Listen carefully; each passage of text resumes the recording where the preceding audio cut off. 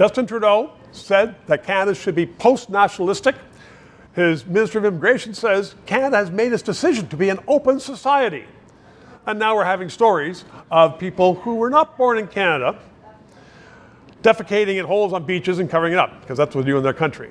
And Canadians who were born here are upset at that. Andrew Perez is a Liberal Strategist. He joins me right now. Do you think that the whole idea of post-nationalism and multiculturalism has gone too far in Canada?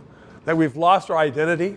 So I want to be clear, I'm a strong defender of traditional multiculturalism. Oh, well, that's a big deal. As the son of an immigrant father, what I am very concerned about is this notion of a post-national state and normalizing that. I think that's very dangerous to the Canadian identity. No, because the identity is being dissipated. And being patriotic is no longer a virtue. It's been seen to become a vice. And I think there's a myriad of reasons for that. But I'm not that old, but I grew up in the 1990s, and we were taught in school by our educators to be proud Canadians, that we weren't defined by ethnic nationalism, we were defined by common values. But we're not emphasizing those common values today. Well, okay, school boards are something we'll have to do in another time, another interview. But I mean, even the government is shy about, being Canadian. And so are we going down the wrong path? You're saying we are. I'm beginning to think that we are. I think it's not just government, it's our civic leaders, it's our educators. We're not stressing those common values. And this has been borne out by these protests that we've seen increasingly in the aftermath of October 7th.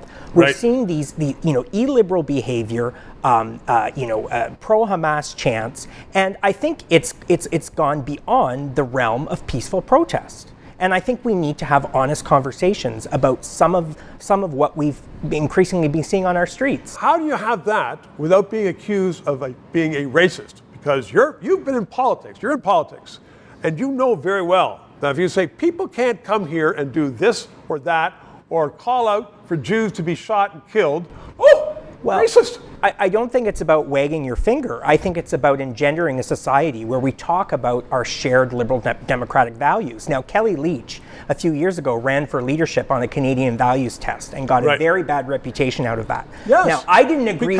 Because opponents and mainstream media said, oh, you're a racist, you horrible woman. Now, she did that on the heels of Donald Trump running for president, and I didn't like the approach she took as a liberal, but there is a kernel of truth to the notion that there are some universal Canadian values that we need to speak openly about. And peaceful protest is part and parcel of being Canadian. It's entrenched in our Constitution. Knock 'em out, but yes. when people begin chanting pro-Hamas and racist epithets, that is not acceptable. But our leaders are not saying that. Well, and here's where I would say across the board, I think our political leaders in all parties need to be more forward and bold about taking a stance on these issues. Good words. I hope you tell some of those liberals up in Ottawa the same thing. Andrew, thank you very much. 3 minutes. This show provides independent analysis of the issues. We are not paid by the government. And as I am finding, so much business in Canada relies upon various governments that they don't want to sponsor or advertise on a show which may become controversial, which talks about liberty, freedoms, sometimes criticizes government. I've had guests on that support the government. But people are saying, you know what? We don't want to bite the hand that feeds us, i.e. government, which is why I hope you'll subscribe and contribute to keep this show on the air.